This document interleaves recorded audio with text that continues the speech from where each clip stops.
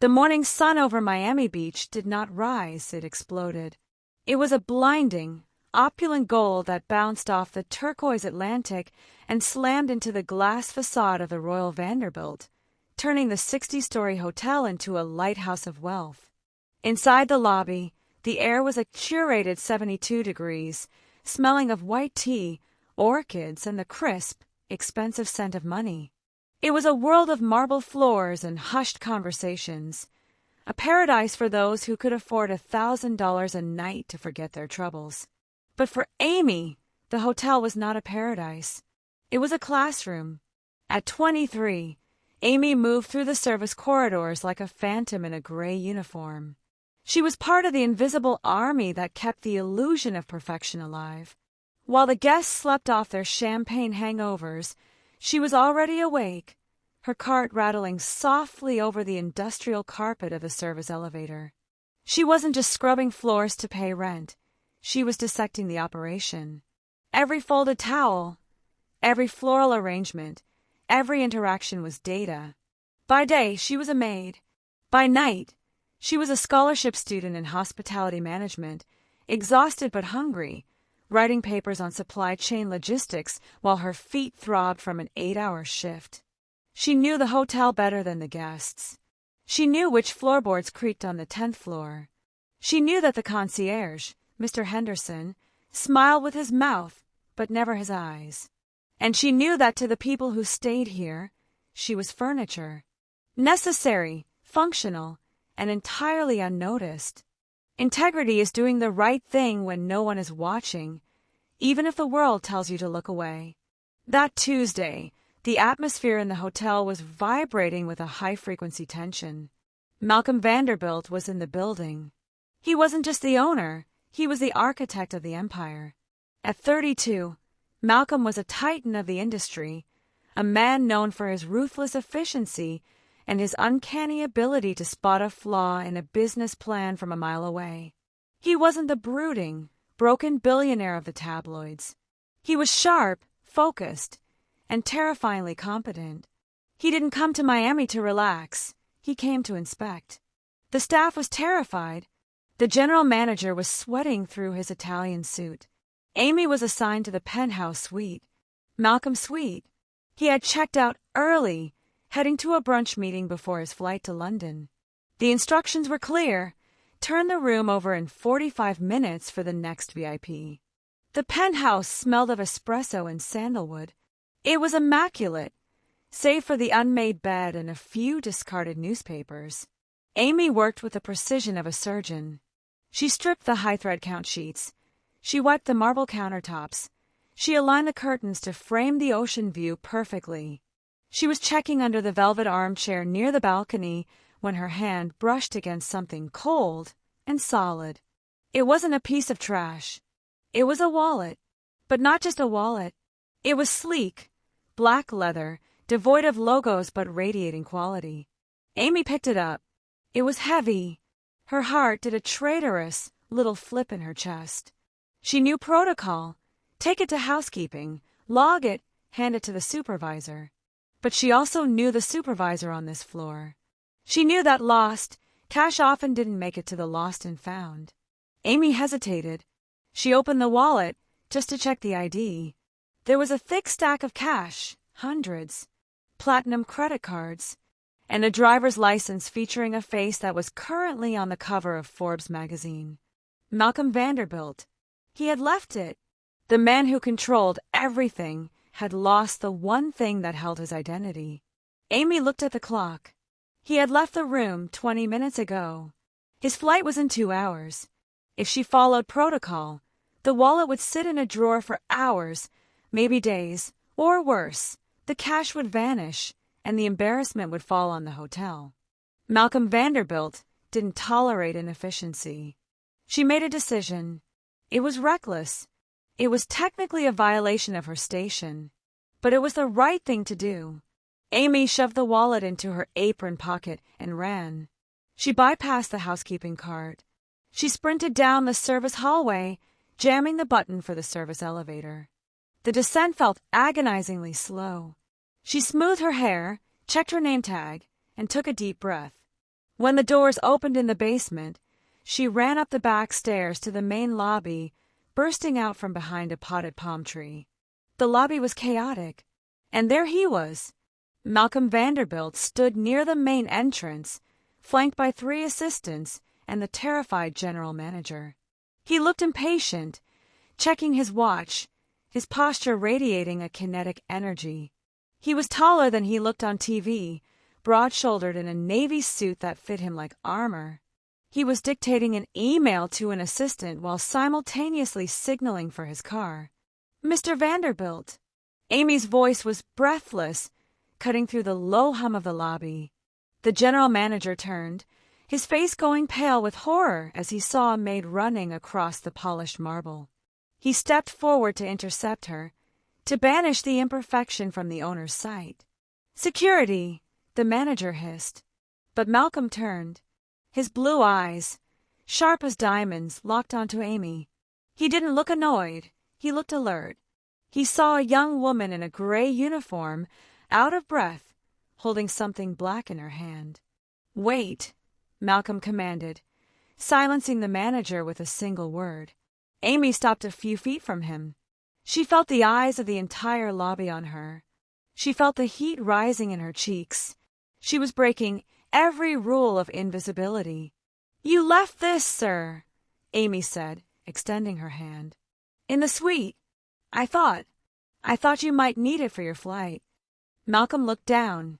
He reached into his jacket pocket, a flicker of genuine surprise crossing his stoic features. He hadn't even realized it was gone.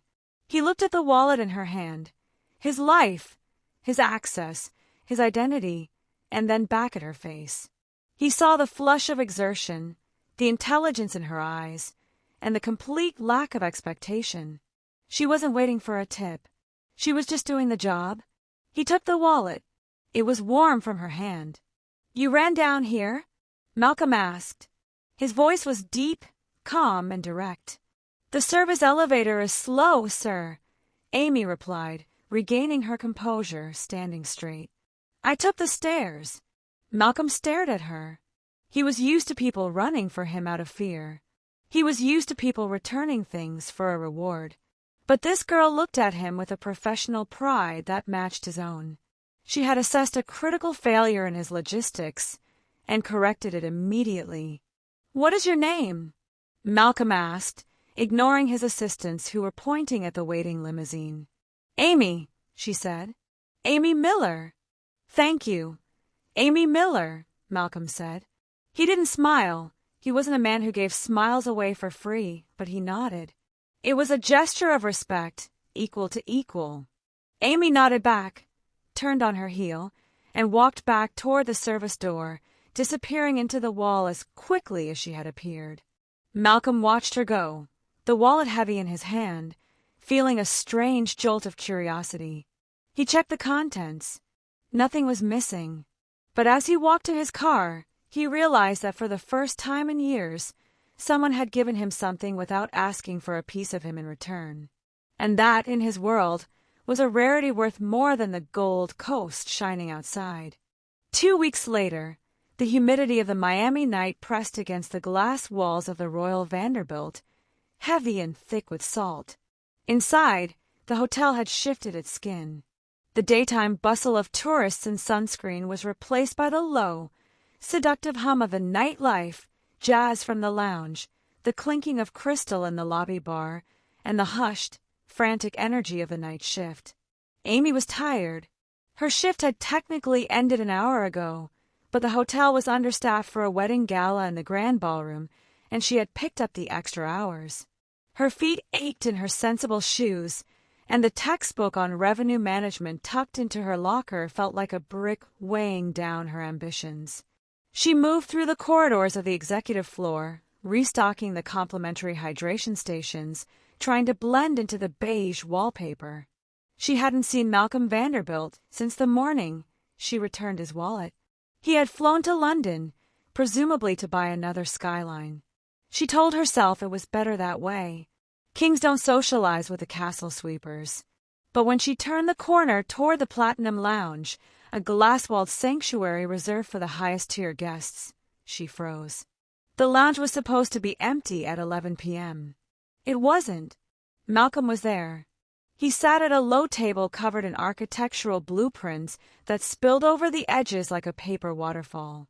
He had shed his jacket. His white dress shirt was unbuttoned at the collar, sleeves rolled up to reveal forearms that looked surprisingly strong for a man who signed checks for a living. He wasn't brooding. He was working with a terrifying intensity, marking up the plans with a red pen, his brow furrowed in concentration. Amy tried to back away silently, but the cart's wheel gave a traitorous squeak.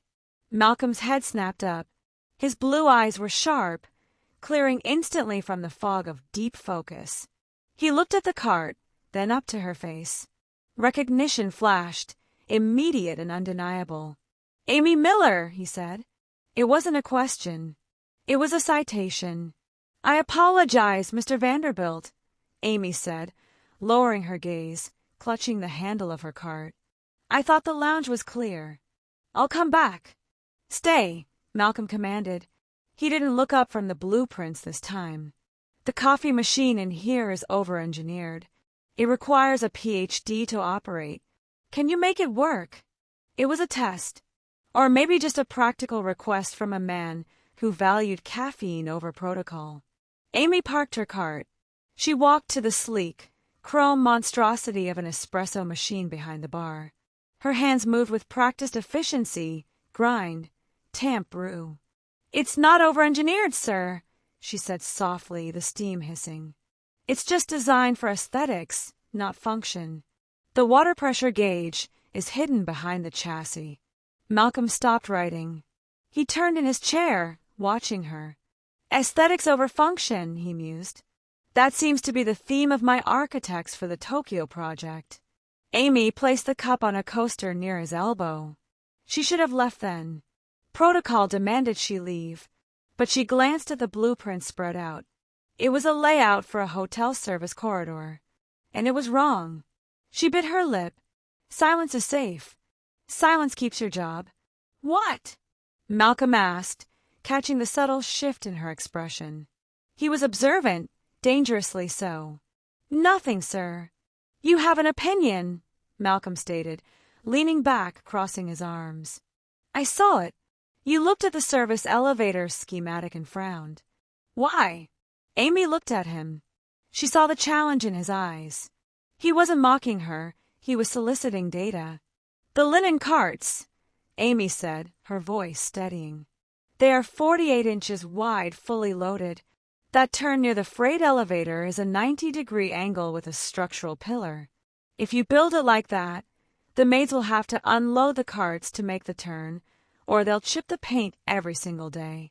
It will add 10 minutes to every room turnover." Malcolm looked at the blueprint. He traced the line she indicated. He visualized the cart. He visualized the pillar. He looked back at Amy with a gaze that felt like a spotlight. It wasn't the look of a man seeing a pretty girl. It was the look of a general finding a soldier who knew how to. "Shoot. 10 minutes," Malcolm calculated aloud. "Multiplied by 300 rooms. That's 50 hours of labor lost per day." He picked up his red pen and slashed a thick line through the pillar. "You just saved me $100,000 a year in operational inefficiencies, Amy Miller."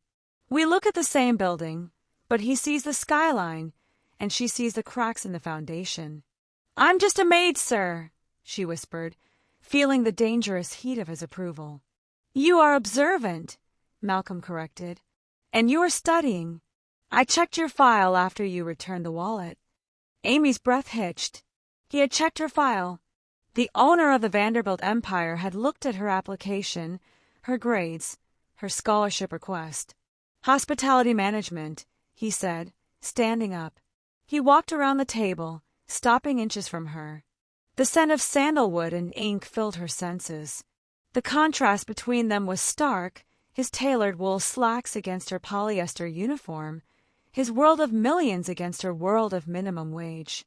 "Why are you cleaning floors if you understand logistics?" "Because understanding doesn't pay tuition, Mr. Vanderbilt," she replied, lifting her chin slightly. "And I prefer to start at the bottom." The view is clearer." Malcolm stared at her. For a moment, the air in the lounge grew thin. He looked at her mouth, then her eyes. He felt a pull that had nothing to do with business. It was the magnetism of competence, the allure of finding an equal in an unexpected place. He wanted to keep talking to her. He wanted to know what she thought of the lobby lighting, the check-in process, the world. "Amy," he said, his voice dropping an octave, intimate and rough. The sound of the lounge doors, sliding open, shattered the moment like glass. "Mr. Vanderbilt." It was Mr. Henderson, the general manager. He stood in the doorway, stiff and pale, his eyes darting from Malcolm to Amy. He took in the scene, the unbuttoned shirt, the proximity, the maid in the executive sanctuary.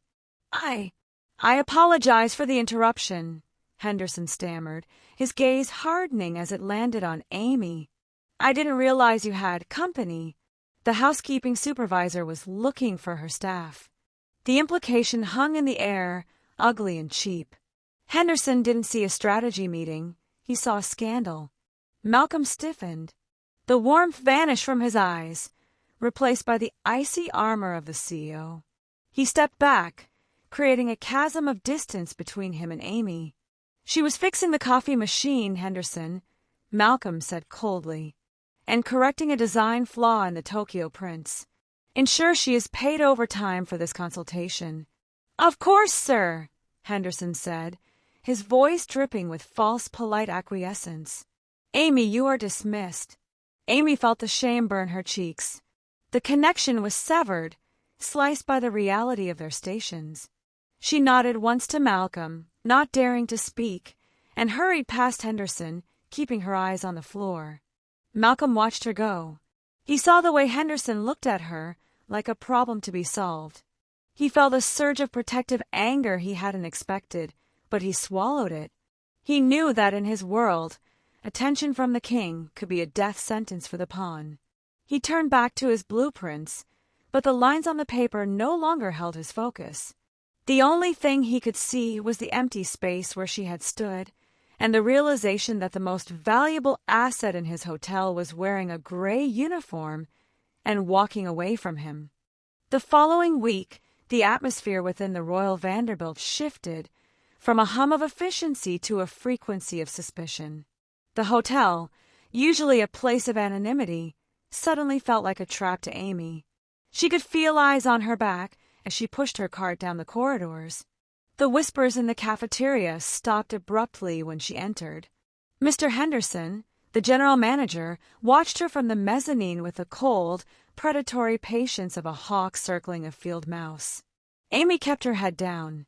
She focused on her studies, on the dream of one day managing a place like this instead of cleaning it. She held on to the memory of the Platinum Lounge, the smell of sandalwood, the weight of Malcolm's gaze, the validation of her intelligence, like a secret talisman against the drudgery.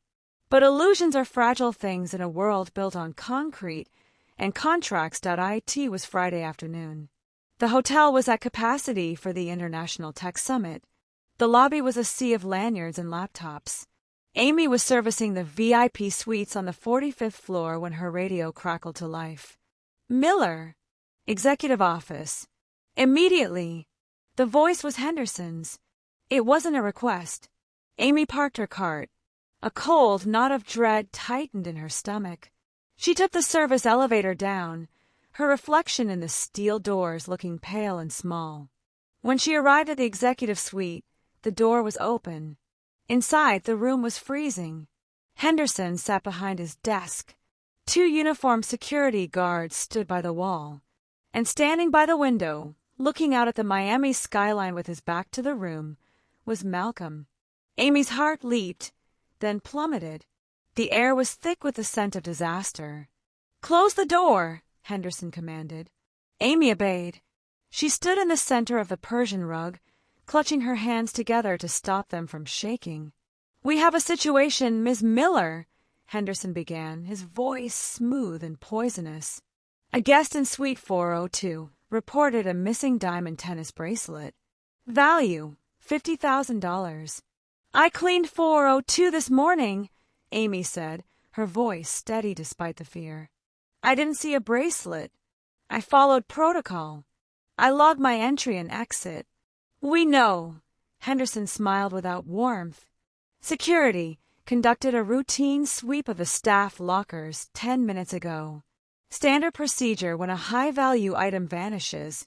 He reached into his desk drawer and pulled out a small velvet pouch. He tossed it onto the desk. It landed with a soft, damning thud.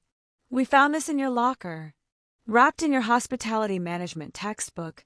Amy stared at the pouch. The room spun. "That's impossible," she whispered. "I didn't take it. Someone put that there." "Who would put it there, Amy?" Henderson asked, feigning curiosity. "You are a student struggling with tuition. You have access. The motive is clear."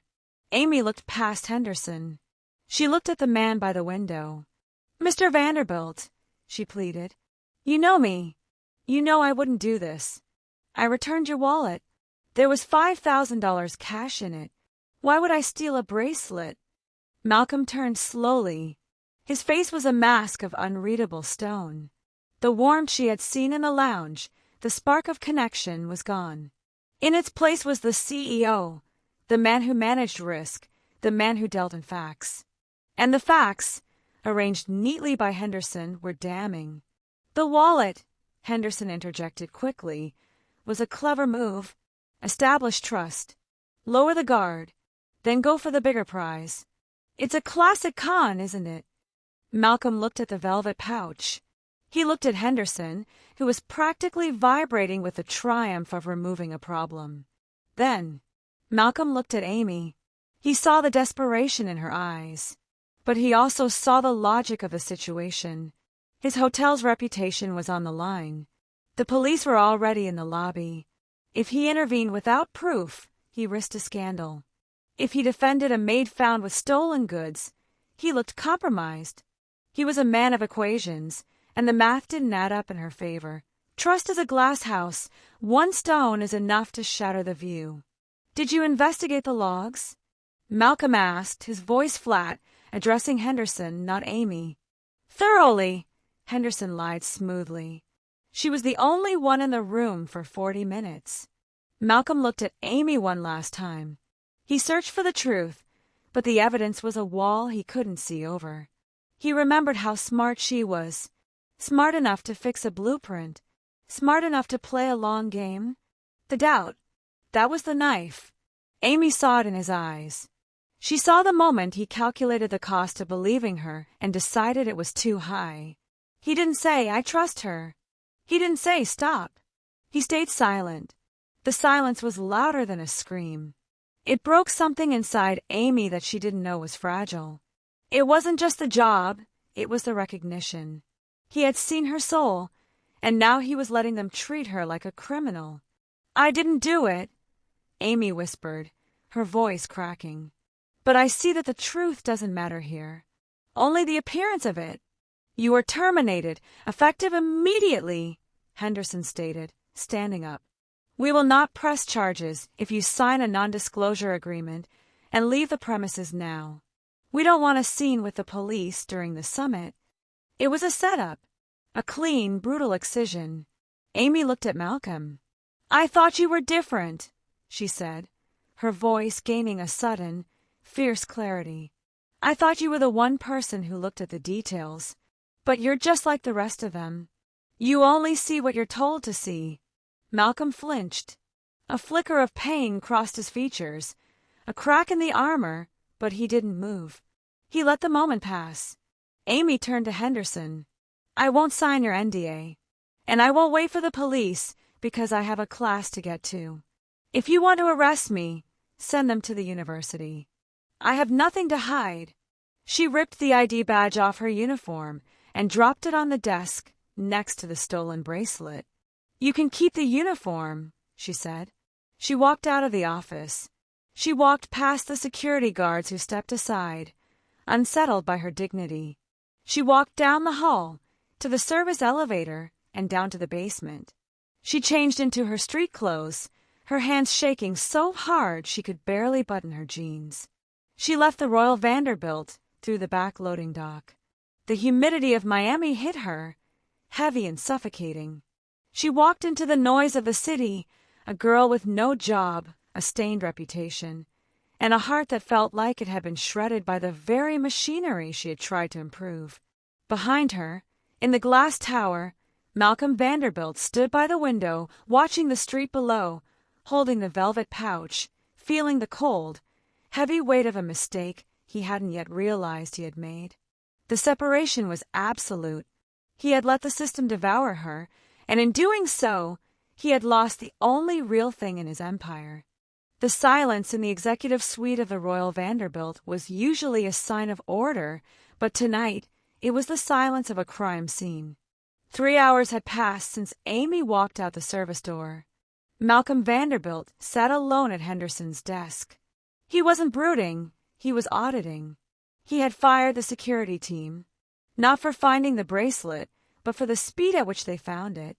In Malcolm's world, efficiency was good, but convenience was suspicious.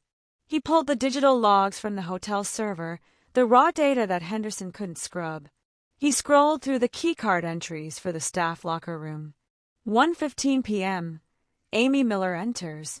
1:20 p.m. Amy Miller exits. 3:45 p.m. General Manager override key used on Locker 4B. Malcolm froze. The screen's blue light cast jagged shadows across his face. Henderson had accessed Amy's locker 2 hours before the missing item was reported. He checked the guest registry for Suite 402. The victim of the theft was a Mr. Arthur Clay. Malcolm ran a cross-reference. Arthur Clay was listed as a former associate of Henderson's from a previous hotel venture in Vegas. The picture snapped into focus with terrifying clarity. It wasn't a theft. It was a demolition.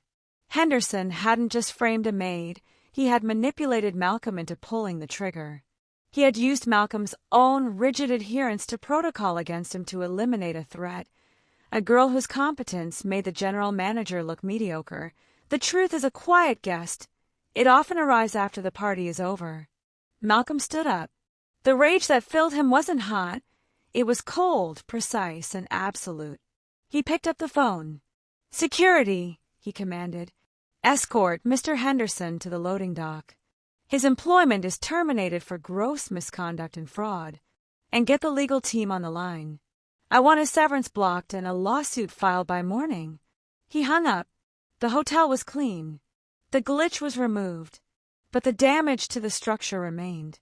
Malcolm looked at the ID badge Amy had left on the desk. He picked it up. Her photo looked back at him, serious, determined, unsmiling. He realized with a sinking sensation that he had prided himself on seeing every detail of his empire, yet he had missed the most important variable, character. He grabbed his jacket. He didn't call the driver. He needed to do this himself. It took him an hour to find her. She wasn't at her apartment.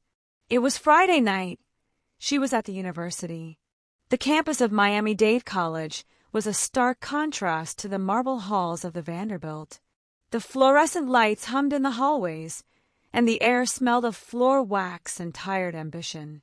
Malcolm walked the halls in his $3,000 suit, ignoring the stares of students in hoodies and scrubs.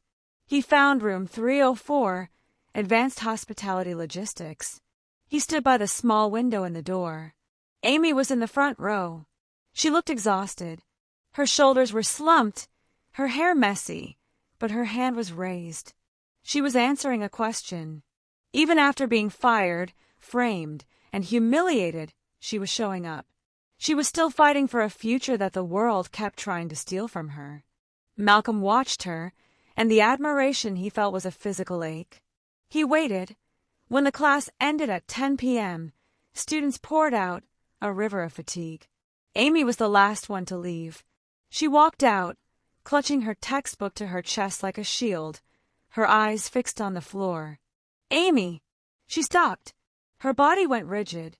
She looked up, and when she saw him standing under the harsh hallway light, her expression didn't soften.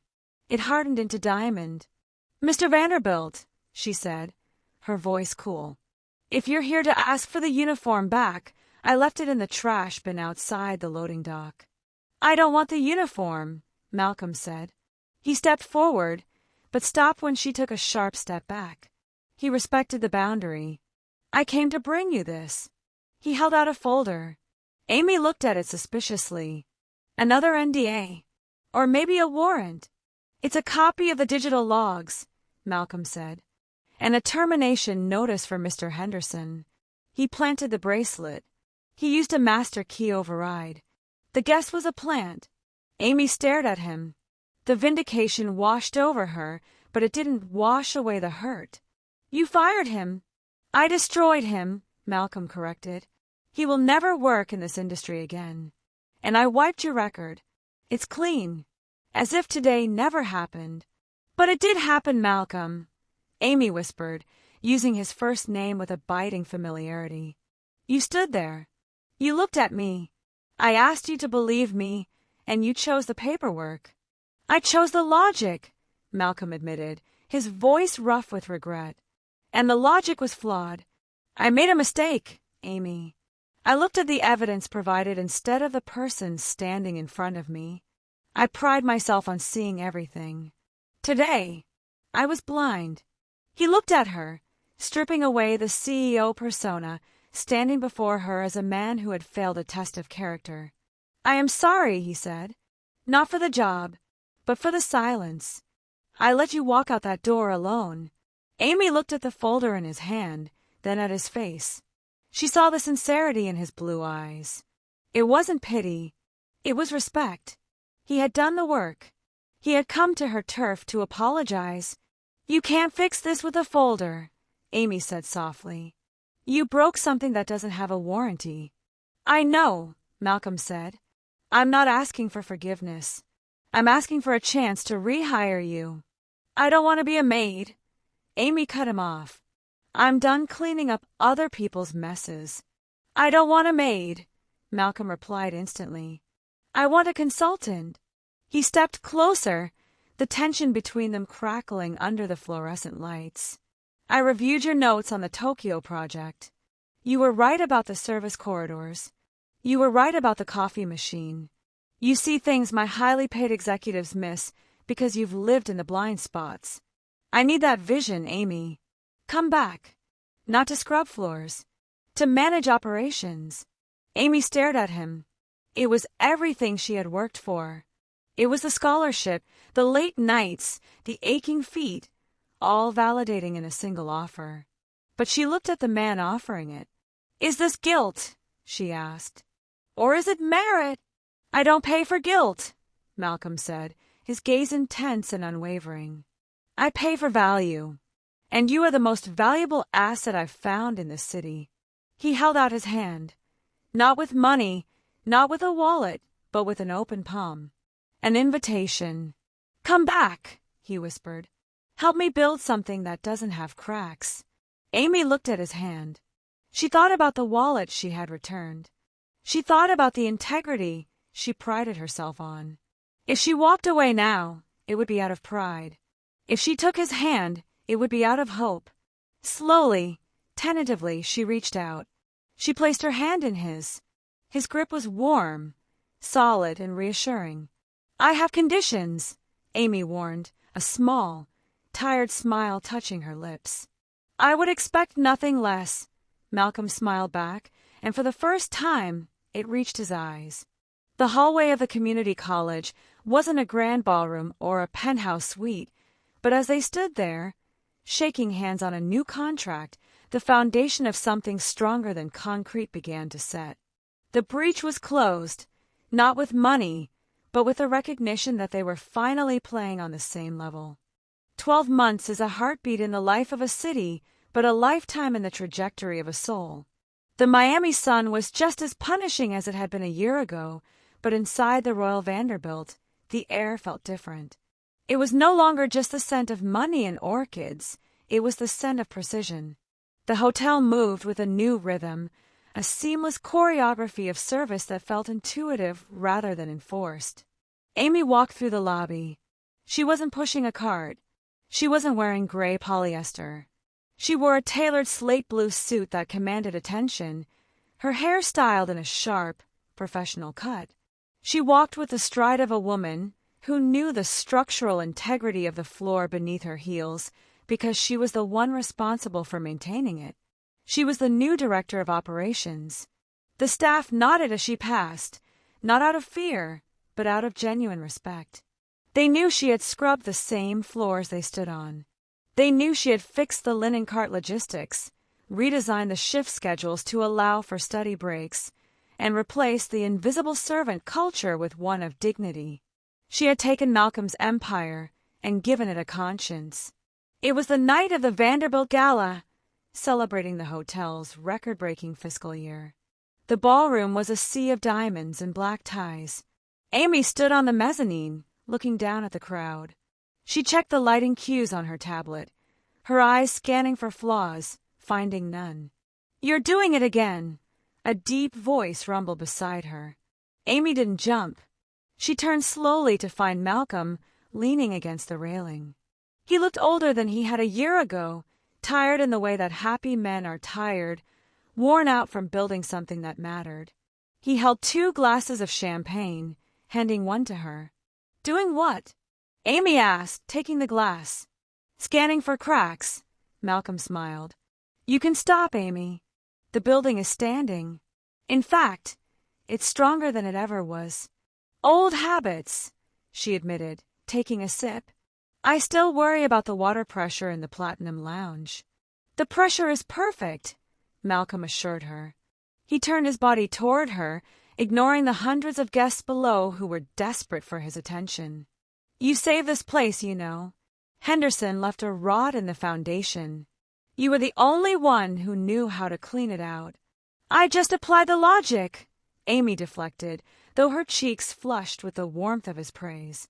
"Efficiency is just empathy for the future. If you fix the problem now, no one suffers later."